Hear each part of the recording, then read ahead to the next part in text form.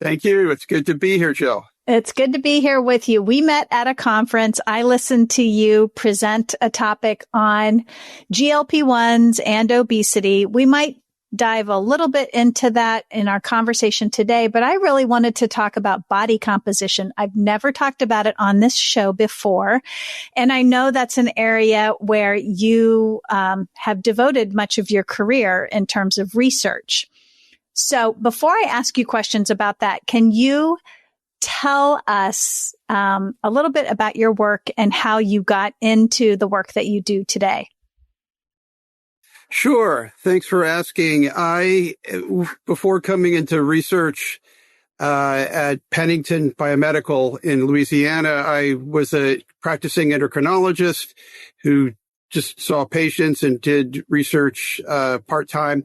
And I've been involved in the area of diabetes and obesity for many years. And I felt that it was a good time for me to focus 100% of my energies in the field of research and teaching and things of that nature. Mm-hmm. So it was really everything that I did in the past with patients in the real world that brought me up to this point. And I was fortunate enough when I started working at Pennington to work with two just incredible leaders in the field of obesity, Dr. Frank Greenway and Dr. Stephen Heimsfeld. And over the last several years, I've been really taking a deep dive into the area of body composition, which hopefully we'll talk a little bit more about, which I feel personally is really what's in the future and what's going to be exciting for nutrition, obesity, and rather than talking about weight, we're talking about the organs in your body and what's your body made of. So that's really how I got into it, and I'm loving every minute of it. Yeah, I think you're right. And I agreed with you when you spoke about this, that is sort of on the cutting edge of where we're going next. So I have a parent audience, lots of pediatricians, people, healthcare professionals that work with kids. And so I want to sort of explore this topic using the lens of we're talking to a parent, for example. So what is body composition? How would you define that to a parent? Well, body composition is defining the internal parts of the body. So when we look at someone, they are made up of the different parts of their body. But if we're able to look inside of the body, we could see that there are primarily four what we call compartments. Compartment number one is bone. Bone kind of has its own compartment. And the second compartment is water. And for most of your listeners, they know that we are mostly water. I believe it's like 60 or 70% we are made of water. The third component is what is known as lean mass or fat-free mass. You could use those somewhat interchangeably. And that is the area where we do most of our research. And that includes skeletal muscle, like your muscles in your body that we all think about. It includes the organs of your body, the heart, the liver, the gastrointestinal tract, the brain.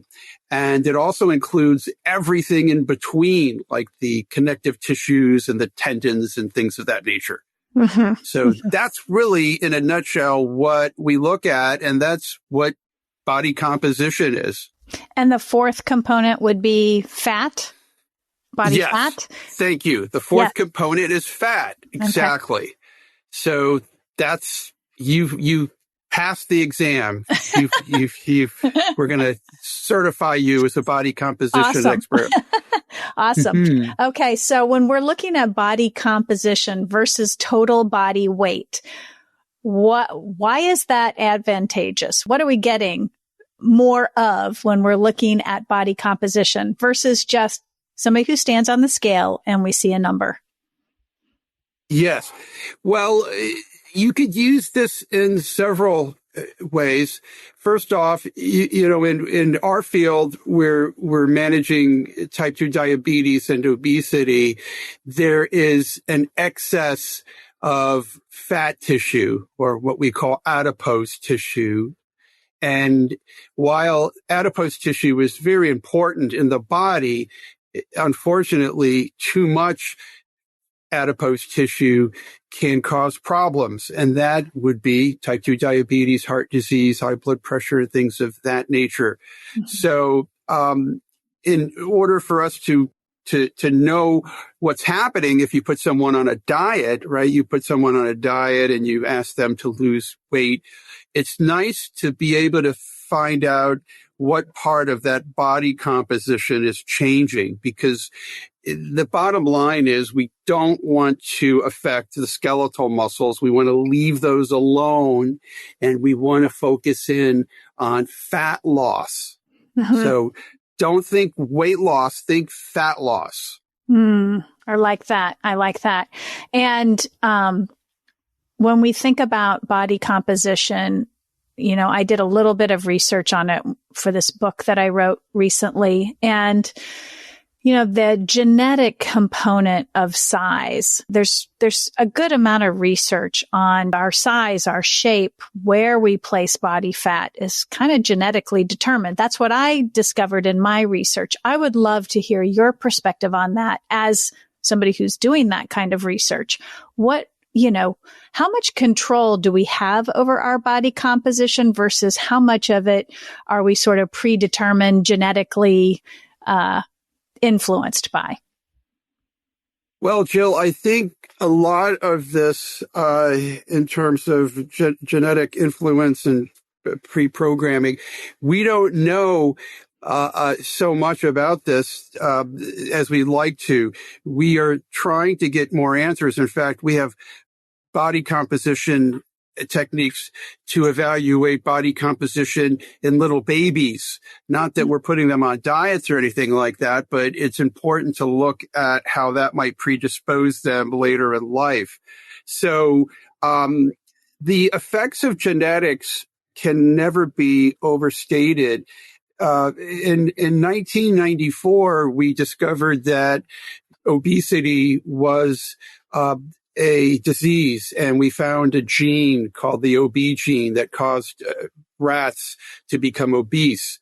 So if from that time on, almost 30 years, we understand that there are many genetic predispositions to developing obesity. You will see this in pediatrics. There's a disease called Prader-Willi, mm-hmm. which is somewhat rare, but it's out there.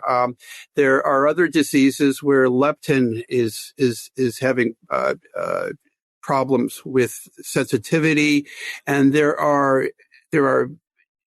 probably at least a dozen or more genetically predisposed diseases that cause obesity. Mm-hmm. So the big thing is this is something that we need to learn more about, because we've identified some of the genes, and we're just getting to understand what is the problem in those genes. There's another one called MC4. There are so many of these receptors and things of that nature that are not performing properly, or there may be an enzyme deficiency that we're just starting to understand.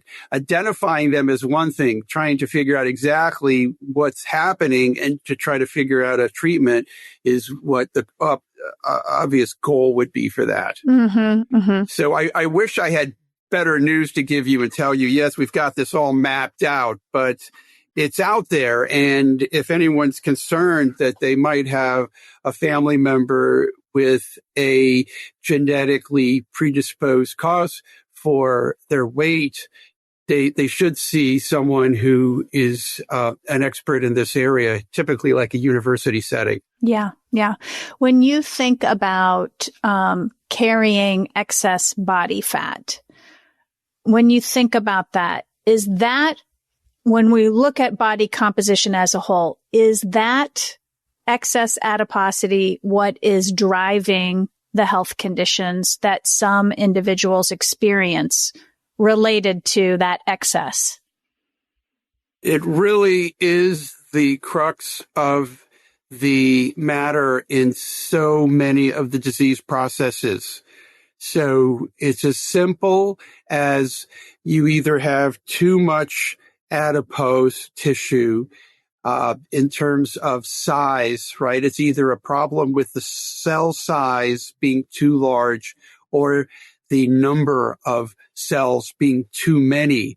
So if you just break it down to a very simplistic sense of inventory, it's either too big or there's too many. And once those fat cells get deposited in places where they're not supposed to be, that's where the disease can set in, such as liver disease, where the fat tissue infiltrates into the liver. Very common. We study the infiltration of fat into the muscle cells because it's such a risk factor for cardiovascular disease and other serious conditions.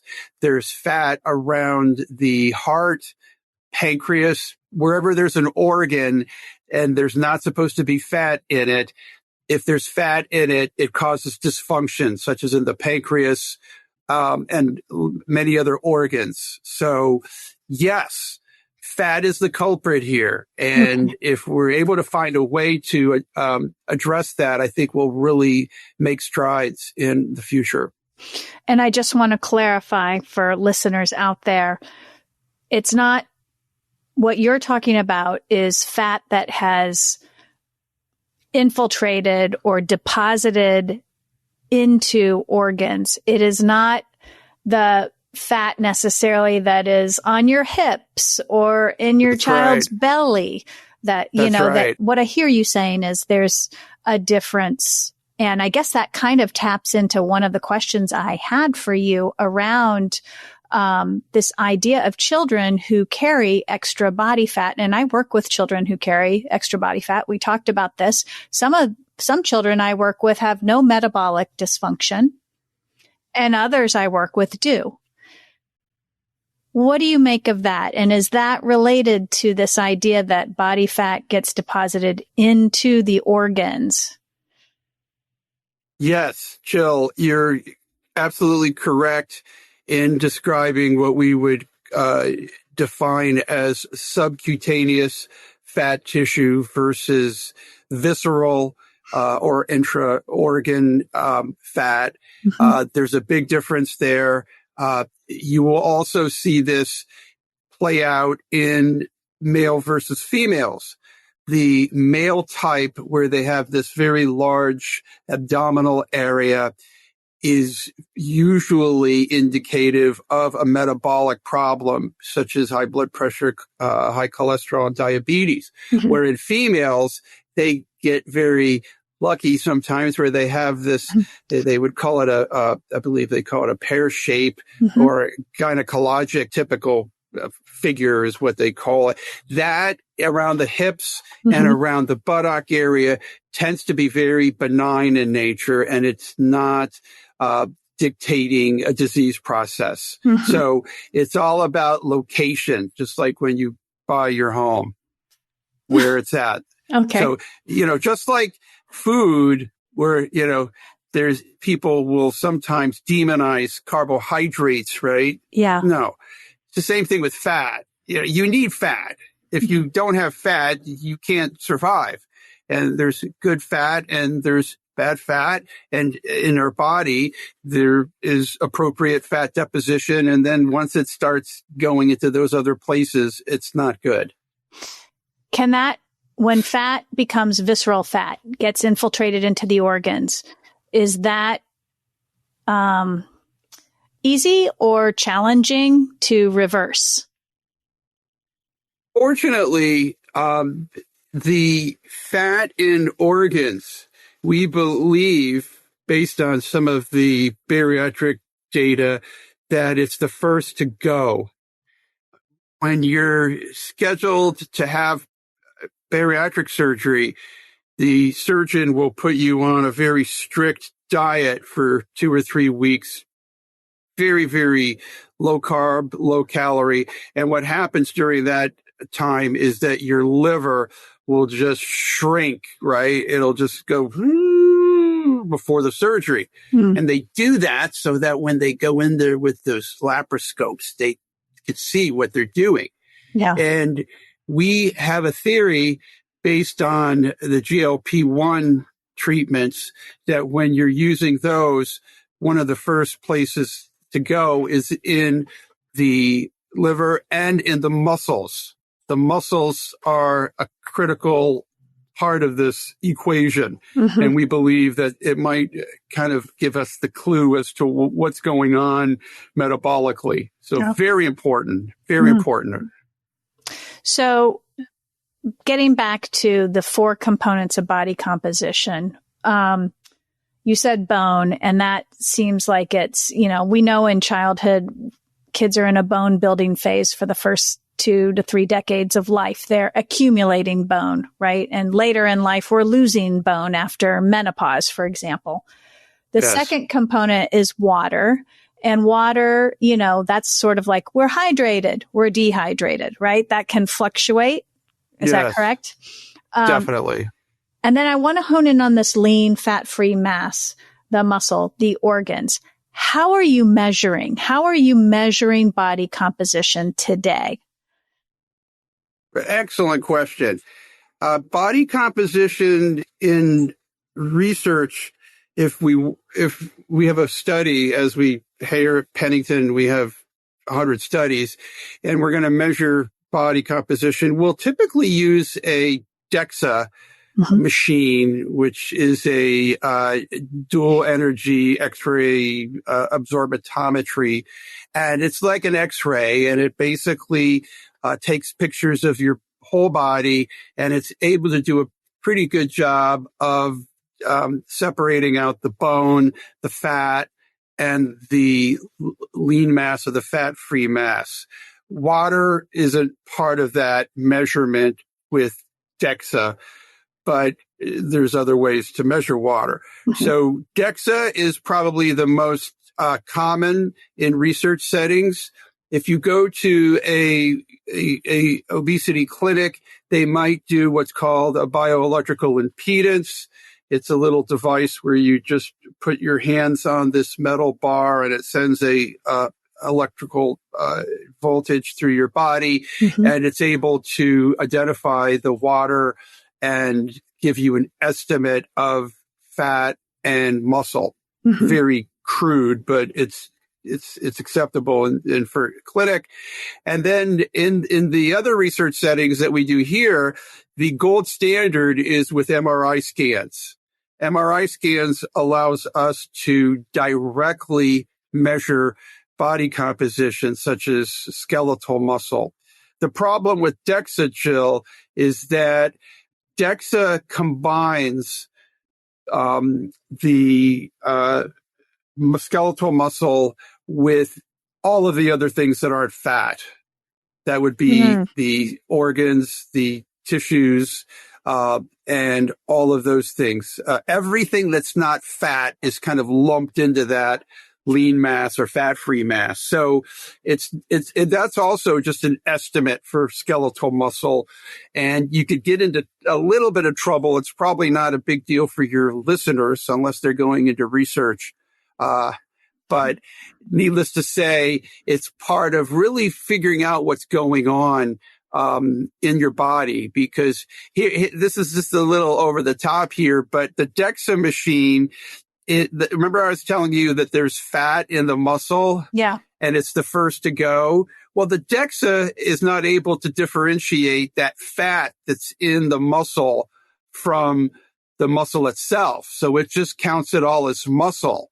And then when you go on a diet or you go on a GLP-1, it goes really quick and it picks it up as a loss of muscle, lean mass. So that's one of the... That's a challenge. It's a challenge, and it's one of the limitations to using DEXA. And that's why in a lot of our studies that we're doing now, we're using sub-studies of smaller patient numbers that do MRI scans. Yeah. So I have a doctor who has a machine that you stand on. You get down into your underwear and you stand on with your hands out and you spin around, and it produces your body composition, your muscle, your bone, your body fat, and it can detect visceral fat. This is in like my regular general practitioner's office. Are you seeing more of these sort of in-office body composition measurements? I'm seeing it, in my little town with my little doctor. He's really interested he doesn't care what my weight is. He wants to see my body composition, and he wants to watch it over time, which I think that's meaningful. It's a little disturbing when you get your results. No. Right. But I think it's so interesting. And I guess my other, comment around that is anybody doing this with children, or is body composition in like a research phase with children? Is anybody looking at it and getting away from get on the scale and we're going to look at your total number? Definitely. Here at Pennington, in conjunction with several large trials, we are looking at obesity trials, and we're doing body composition in pediatric age. As I mentioned before, here at Pennington, we also use body composition analysis. We have what's called a P-pod. There's a bod pod, which is used a lot. It's an air displacement type, and it gives you very accurate body composition. They have a P-pod for little babies to go in. So to answer the question, they are measuring body composition in babies and pediatrics, adolescents, because it's so important. The whole issue of bone density and bone loss and growth is being measured and followed. Clinically, there's a little bit of a gap because most of the measures in clinic are using bioelectrical impedance because it's what's available. It's cheap and it's pretty good estimate, but it's not research grade. But it's out there. There are a lot of new things on the horizon. I'm fortunate enough to work with the leader in this field, Dr. Steve Heimsfeld, and he and a couple of groups are doing digital photography. I think I showed this at the Berlin meeting, where you could take pictures of someone with your phone, and through some real high-tech AI, they're able to come up with body composition, which it almost sounds like that's what your PCP's using, because he's got this thing where he spins you around. That isn't prime time. He must have a secret input to Steve Heimsfeld or someone that is able to get that, because you don't have to do that for body electrical impedance. You just grab and it just sends a little shock through it, but you don't have to spin around. There's a lot of high tech stuff coming. And it's an exciting field.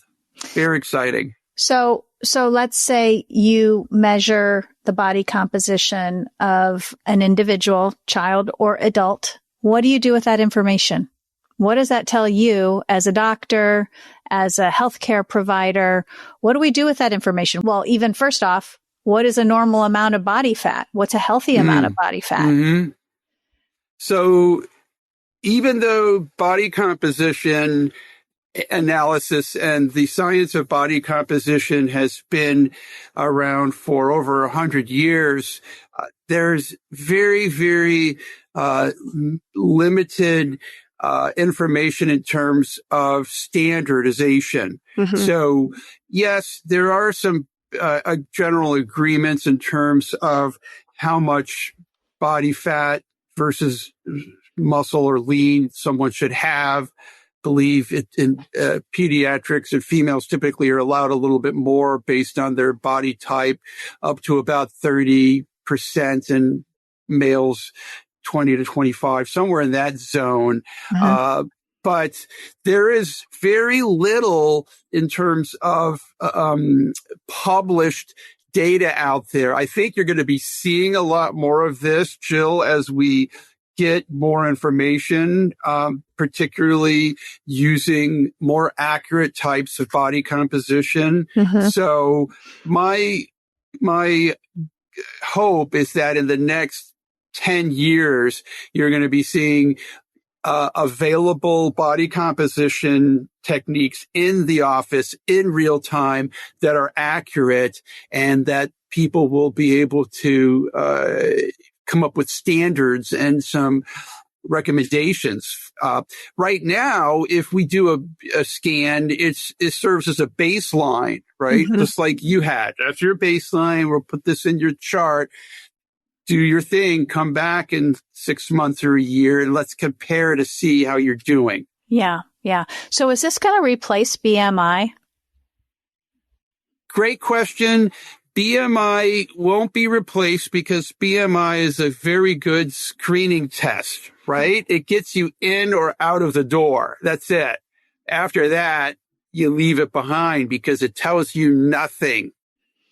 BMI is good for epidemiologic studies, 10,000, 100,000 subjects, but not for one person. So we'll still use BMI, but like in that Lancet commission that was published in January, we're looking at different types of obesity, pre-obesity, particularly in the pediatric population, Jill, where they haven't developed any of those comorbidities, right? Yeah. Did you happen to see the American Academy of Pediatrics response to preclinical obesity? They came back and they said that under the age of 9, most kids won't show any metabolic dysfunction. Right. Right. So it's, where there might be excess body fat and compromise eventually down the road. In that first 9 years of life, children typically don't show metabolic change. Right. I thought that was very interesting. Well, we have to be careful within the growth period, right? Yeah. And understand that within that time period when kids are growing, you don't want to stigmatize anyone. You need to be really careful and make sure you're, working with someone who knows science and isn't telling you to do something that it might harm your kids, and put your child on a, 1,000-calorie a day diet. Well, I don't know if that's the best thing, So I think the Lancet Commission was, mainly adults, experts. Mm-hmm. There wasn't a huge representation for peds and for adolescents. So it doesn't surprise me that the pediatric groups will come out and give their own take on that. Yeah. I do think it will help, though. I think it's going to help because of the rise in type 2 diabetes that we see in kids. I think that's a instant red flag, right? Sure. Yeah. Yeah. Yep.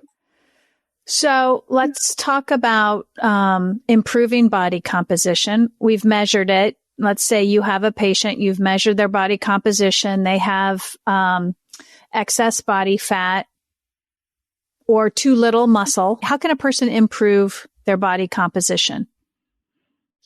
Well, Joe, that's the great news to all this.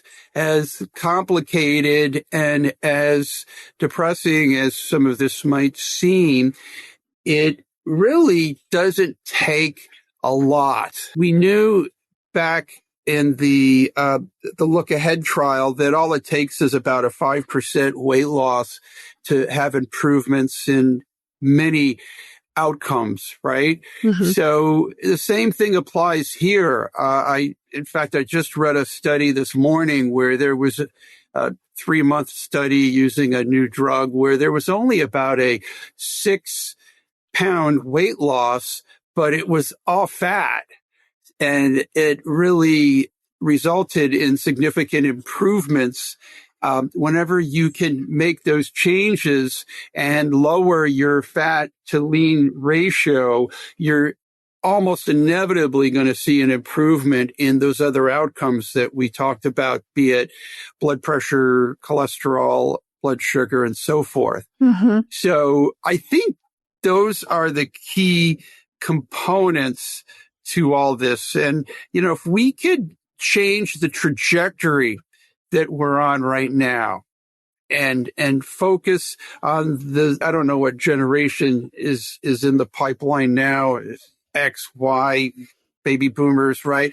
Whatever that, if we could really focus on bringing them through so that when they're at their adult stages, they've turned things around and they don't have this epidemic that we're facing today of cardiovascular disease and obesity and type 2 diabetes. So it's a reduction of body fat and a building of lean muscle tissue. Yeah. So easy peasy.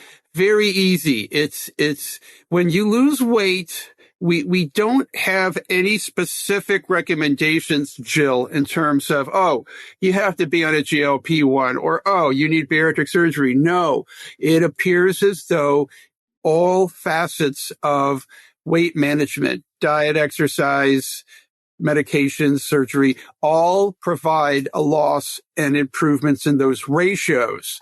A lot of this hasn't been mapped out real well, but remember, a little goes a long way. So in an example, if someone wants to lose, say, 10 pounds, and if you're making sure you're focusing on getting adequate protein, which is usually about 1 gram per kilogram, most people it comes out to 50 to 100 grams of protein. Talk to your dietitian to get that specific so that you know your protein requirements, and then to do resistance-based exercises, which may be walking or it may be using some resistance bands. You don't have to join the gym to do this. Right. If you do that in conjunction with that calorie restriction and that weight loss, then you're going to get what we're looking for, right? We're going to get that quality weight loss, which is what this is all about. Yeah. Let's just quickly shift into GLP-1 medications. Some kids are using them. I don't have a lot of experience with children on GLP-1s, but I know some are out there. You have more experience, I believe, with adults on GLP-1s, and you're seeing body composition changes in that area. What are you seeing? And if there's a parent out there listening who might be on GLP-1s, what do they need to be concerned about as they are progressively losing weight? Great question. I'm not a pediatrician by trade, but the data that I've seen in some pediatric trials is pretty remarkable. And I would speak to any of your listeners out there that have a child who is in that top end of the BMI and you haven't been able to really figure it out and the appetite is uncontrolled. I'm thinking about the Prader-Willi type, even though that's not specific to your patient population. The GLP-1s, Jill, seem to hit this switch in many people, not everyone, and it's not the cure for obesity, but you talk to people, including parents, and they'll just say, wow, it's not the focus anymore. Johnny has really been able to get control of his appetite for the first time in his life. So yes, those are the success stories that we hear from people on GLP-1s. But at the same time, everyone and their mother is using some sort of compounded GLP-1, not being prescribed properly, and who knows what's happening. These are powerful hormones. These hormones work on the brain to really do a lot of significant physiologic changes that could be harmful if not used properly. Number one, we just touched on this whole area of losing lean mass. We talked about the issue of growth, right? You don't want to stunt growth in someone going through those growth years. And there's a lot of specialty care that goes into this. So again, speaking to those people who may have a loved one or a child who you're maybe considering this as a possible treatment, see a specialist, see somebody who's really good with this. And I do think it's worth looking into, in that case, the side effects.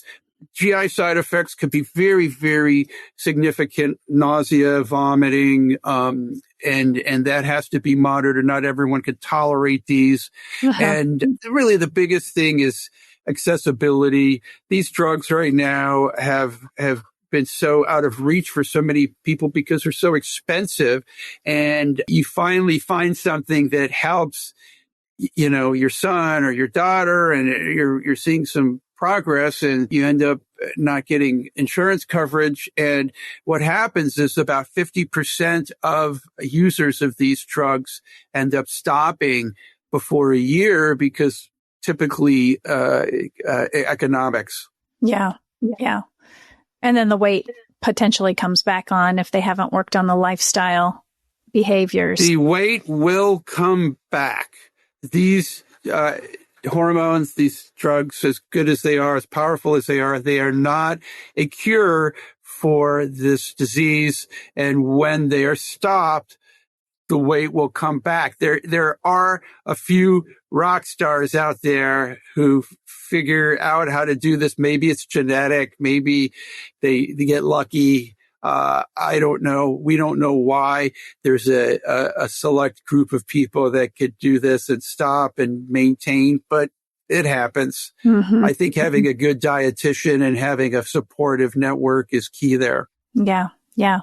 Anything else you want to share about body composition, innovations in the future, how it might help direct management of obesity?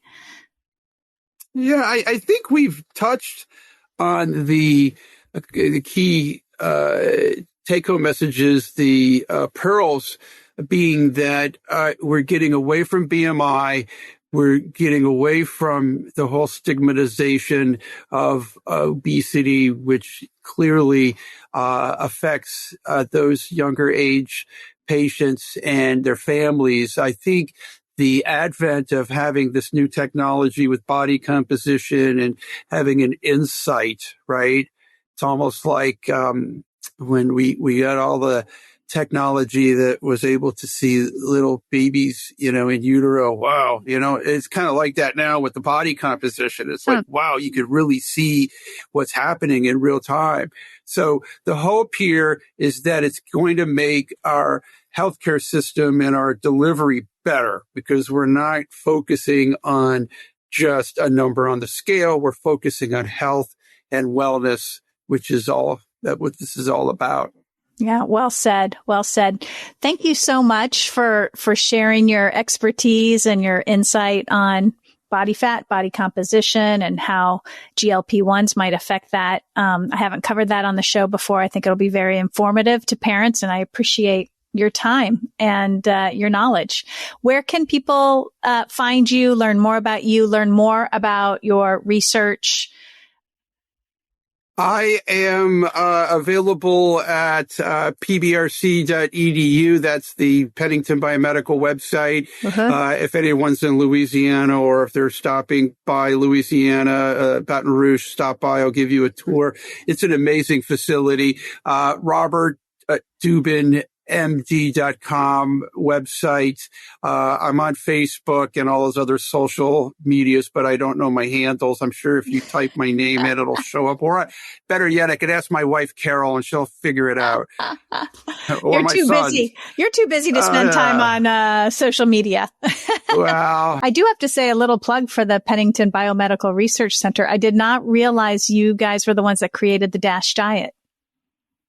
Or helped inform. You know what? Yeah. Pennington has been around since the 1985, I believe, and we've been at the forefront of every breakthrough in nutrition and obesity, and this is a incredible Hall of Fame here. It really is, and just to be able to work with some of these people, and stop by their office and talk to them. It's like, hanging out with Mick Jagger and Keith Richards. It's really cool. That's awesome. That is so awesome. Yes. Well, thanks so much for coming on the show. I appreciate it. Jill, thank you for having me. I hope it helps. And if there's anything I could do to help with any of your listeners or the future, please let me know. I will. That's it, folks. I hope you enjoyed this interview about body composition, body fat, body muscle, lean tissue, and how it changes over time. Although he's not an expert in pediatrics, and that changes the conversation a little bit because remember, in growth and development, we're accumulating body muscle and body fat, and the body composition is in dynamic change during childhood. But his conversation and his insight really gives us a lot to think about, I believe, particularly as it pertains to changes in body composition and where we need to be sort of focusing our efforts as healthcare providers, not only in terms of how we talk about weight and body composition, but also targeted areas. We can be more targeted and get healthier, better results for clients. But the other part I wanted to point out to you is that Dr. Dubin never mentioned this, but he also has a website of his own, and he has a YouTube channel where he educates about diabetes and body fat and body composition there in a very entertaining way. He's also a musician, and he incorporates that into his YouTube video. So take a look over there if you have the time. The other piece I wanted to mention too is that the Pennington Biomedical Research Center at Louisiana State University is the world's largest academic nutrition research center. He and his colleagues are on the cutting edge.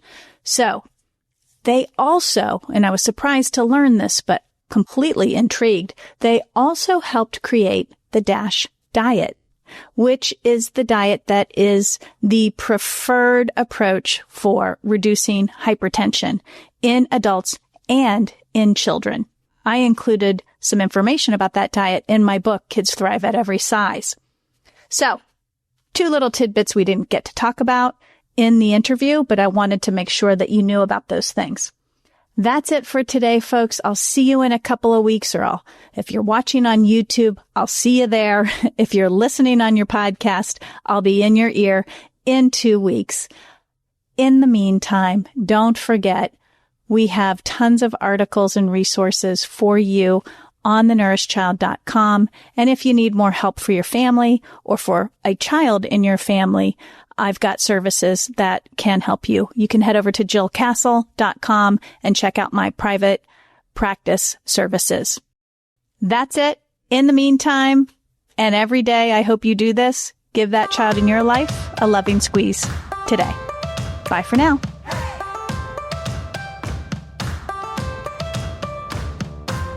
Thanks for listening to the Nourished Child Podcast, where the #1 goal is to help you grow a nourished child inside and out.